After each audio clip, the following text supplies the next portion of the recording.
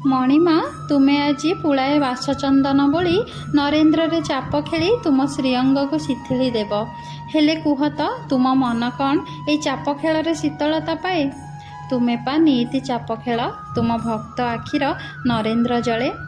ଜୀବନ ଗ୍ରୀଷ୍ମରେ ଯେବେ ଦୁଃଖର ଝାଞ୍ଜି ଆସି ବାଜେ ତୁମ ଭକ୍ତର ହୃଦୟରେ, ସେତେବେଳେ ତା ଛାତିର କୋହର ଉଷ୍ମତା ତୁମେ ଅନୁଭବ କର ମହାପ୍ରଭୁ। ତା ଆଖିର ଦୁଇ ଡୋଳା ଖାଲି ତୁମକୁ ହିଁ ଖୋଜେ।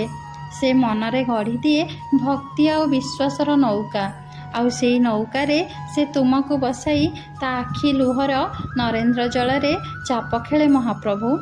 ଆଉ ଯେତେବେଳେ ତୁମେ ତୁମ ଭକ୍ତକୁ କୋଳେଇ ନିଅ ନା ମଣିମା, ସେତେବେଳେ ତା ଭକ୍ତି ଆଉ ସମର୍ପଣ ଚନ୍ଦନର ଲେପ ସାଜି ବୋଳି ହୋଇଯାଏ ତୁମ ଶ୍ରୀଅଙ୍ଗରେ, ଆଉ ତୁମେ ପାଅ ଅପାର ଶୀତଳତା।